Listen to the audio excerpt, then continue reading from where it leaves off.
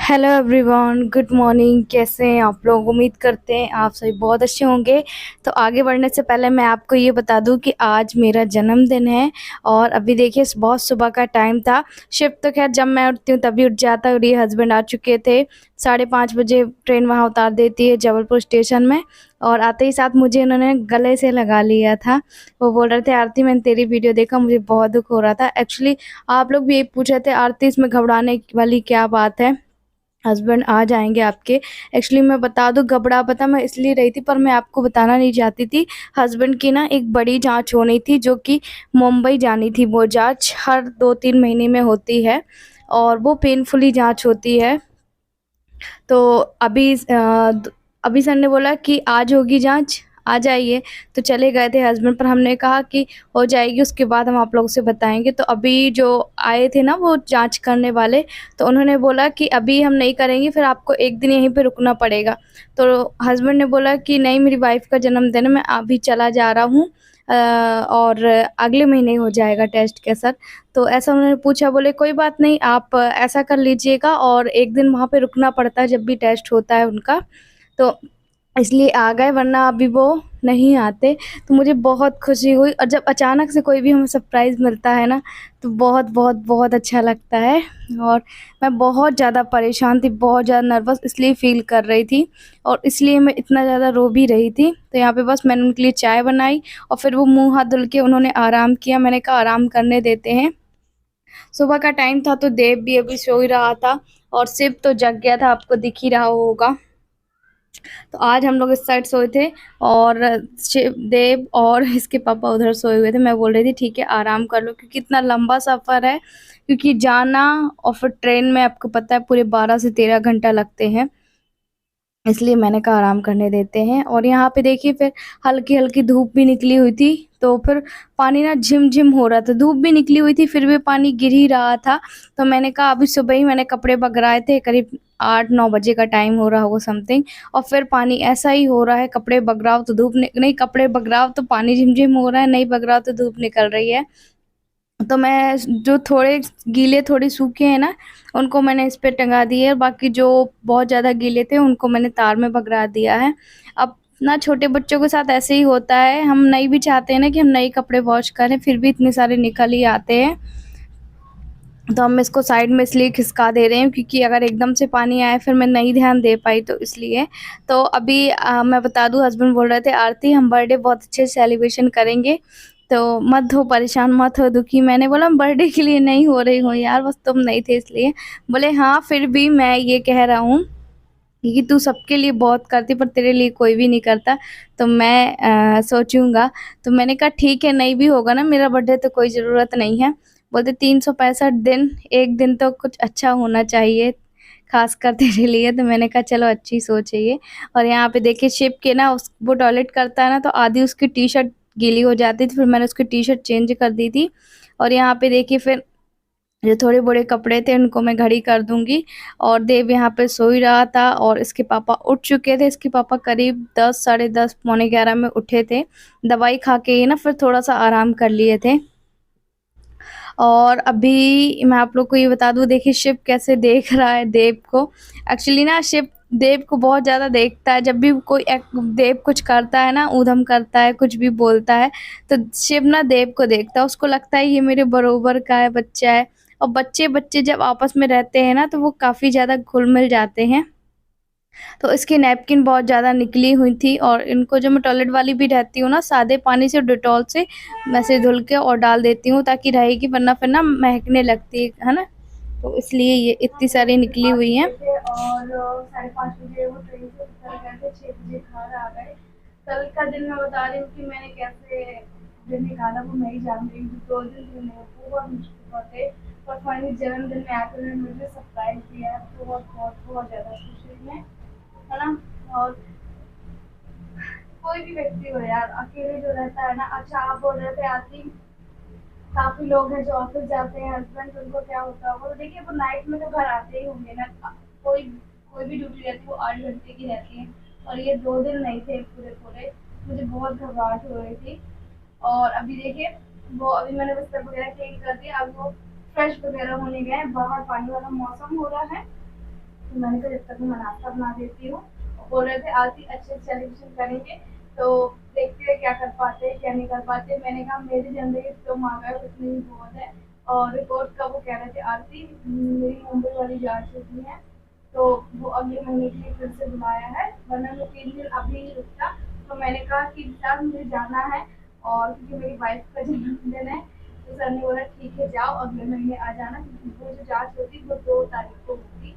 और आज अभी 1 जुलाई है, तो अभी हम जाएँगे सेलिब्रेशन करने, शाम तक जाएँगे, है ना? अभी हमारे घर से फ़ोन भी आ चुका है सुबह-सुबह, तो मैंने अपने मम्मी-पापा को ही बुलाया है, इस बहाने वो लेंगे। शायद घर तो नहीं आ पाएँगे वो, लेकिन ये अगर हम कहीं गए तो ज़रूरी भी नहीं है कि वो घर आएँगे या हम कहीं जाएँगे, पर जैसा जो होगा वो हम आप लोगों से ज़रूर शेयर करेंगे, है ना?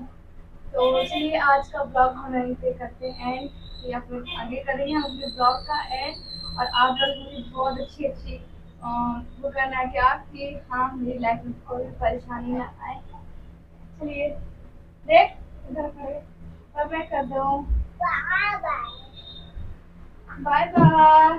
अच्छा मम्मा के जन्मदिन में अपन केक काटे कि नहीं काटे? कौन सा केक कौन सा केक? हाँ बताओ। ऐसा मुझे अच्छा नहीं लग रहा है सब बोलते हुए। पिछली बार भी मैंने घर पे अपना जन्मदिन का केक काटा हुआ तो छोटा था। ये एक समय होता है ना कि छोटी छोटी खुशियाँ हम बटोर रहे हैं।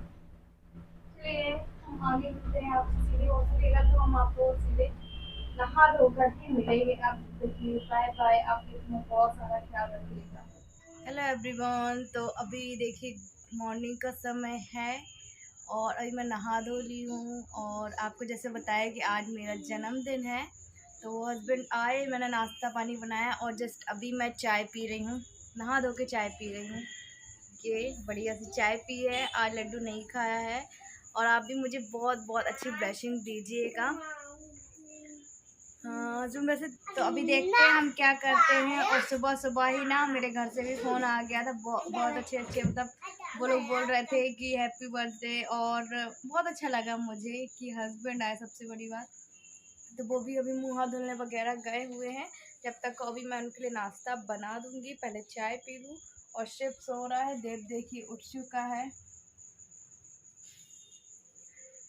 तो वैसे तो हस्बैंड बोल रहे थे आरती केक कट करोगी, मैंने कहा ज़रूरी नहीं है, जैसा होगा जो होगा देखी जाएगी, नहीं होगा तो हम नहीं भी बनाएंगे। बाबू चाय रखिए दूर हो, तो आ जाइए आप भी पी लीजिए गर्मा गर्म चाय, अच्छी बनाइए।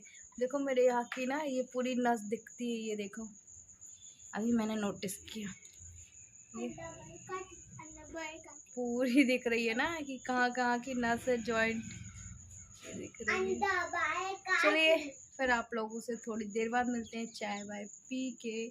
और अभी बज रहा है 9 बजे, मैं नहा धो लिया, सारा काम कर लिया, उसके बाद ही अभी मिल रही हूँ। चलिए बाय बाय। तो अच्छा मैं फिर यहाँ पे ना मैं नाश्ता वगैरह बना रही हूँ। और देखिए अभी मैंने हेयर वॉश करके नहाया हुआ था। और तो सबसे पहले मैं पोहा बनाऊँगी, उसके बाद ही साथ में खाना भी बना लूँगी। करीब 9 समथिंग बज रहे थे। तो वैसे हस्बैंड बोल रहे थे आरती क्या बनेगा, उनको ऐसा लगता है कि जब कुछ होता है ना तीज त्योहार तो कुछ अच्छा खाने को बनेगा, वरना हम बहुत परहेज़ का खाना खाते हैं। दाल रोटी हो गई, दाल दलिया हो गया, इस तरीके का। तो वही बोल रहे थे हस्बैंड, मैंने कहा नहीं कुछ ख़ास नहीं बनेगा, क्योंकि अभी तुम हॉस्पिटल से आए हो, सफ़र से आए हो, इस वजह से। तो फिर भी मैंने ना मैं सोच रही हूँ कि खीर बना लूँगी। और यहाँ पे फिर थोड़ा-सा मैंने वो बनाया था, पोहा बनाया था इनके लिए। और फिर यहाँ पे साथ ही में आटा भी लगा दूँगी। तब तक को अभी ये दोनों सो ही रहे थे, मतलब शिव तो खेल रहा था, उसको मैंने फ़ीड करा दिया था, देव अभी सो ही रहा था। अब आप सोच रहे होंगे देव को ये क्यों बोल रही है, देव भी कम ऊधम नहीं करता है, कम शैतानियाँ नहीं करता है, वो भी इतना ही शैतानी करता है। तो जितना मुझे टाइम मिलता है ना कि हाँ, ये दोनों अभी शांत है, इतना मैं काम कर लूँ तो कर लूँ। और ये ना मेरी बहुत ज़्यादा छोटी-सी किचन है, ज़्यादा स्पेस नहीं है, तो ज़्यादातर मेरी किचन फैल जाती है। कितना भी मैं समेटूँ ना उतनी फैल ही जाती है, कोशिश मैं यही करती हूँ कम से कम फैले, फिर भी नहीं होता है। तो आज मुझे अच्छा लग रहा है, कल आप लोग भी बहुत ज़्यादा सैड हो रहे थे, आरती परेशान मत होइए, हस्बैंड आ जाएँगे।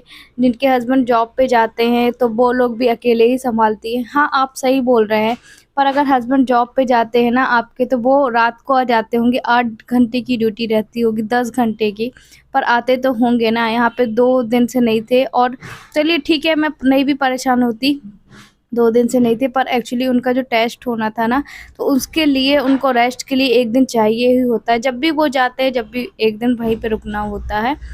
तो इस चीज़ को लेके मैं बहुत ज़्यादा टेंशन में थी, और मैं नहीं चाह रही थी कि मैं आप लोगों को बताऊँ।